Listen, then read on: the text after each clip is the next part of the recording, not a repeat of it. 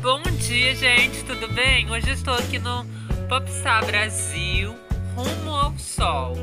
Tá um sol maravilhoso. Graças a Deus, né? Se reganhar essa boca. A minha avó tá perguntando se eu preciso reganhar minha boca assim. Na verdade, a minha boca, ela já nasceu reganhada, eu não tenho culpa. Ou tenho? A minha avó falou que eu tenho, mas eu não tenho. E aí, você conta pra gente o que você faz de bom. Ai, vó, fala alguma coisa. Tá de bom. Tá de bom que ela falou. Tá de bom.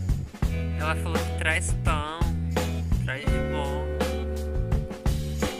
Ai, no tempo da minha avó era na raiz, sabe? Você pegava mandioca na raiz. Hoje em dia tá difícil. Pega no turno. Pega no turrão. Gente, uma delícia, um badalo, uma loucura.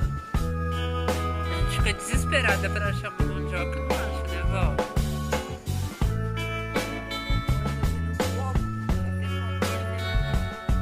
Ah, tá.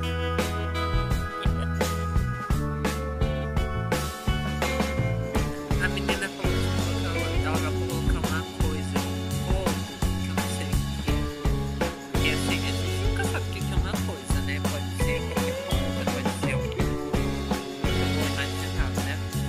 Então, ela deixou lá no fogo, porque quem põe a mão no fogo deve se queimar, né? Então, Brasil, é isso. Não sei.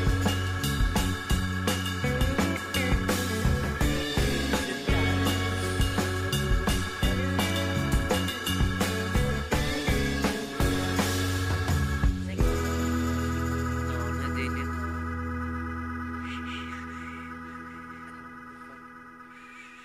Um careca. O 45. É o Chiquinho. Deixa eu desligar a câmera, gente. Até o próximo Ai, programa, Popstar Brasil.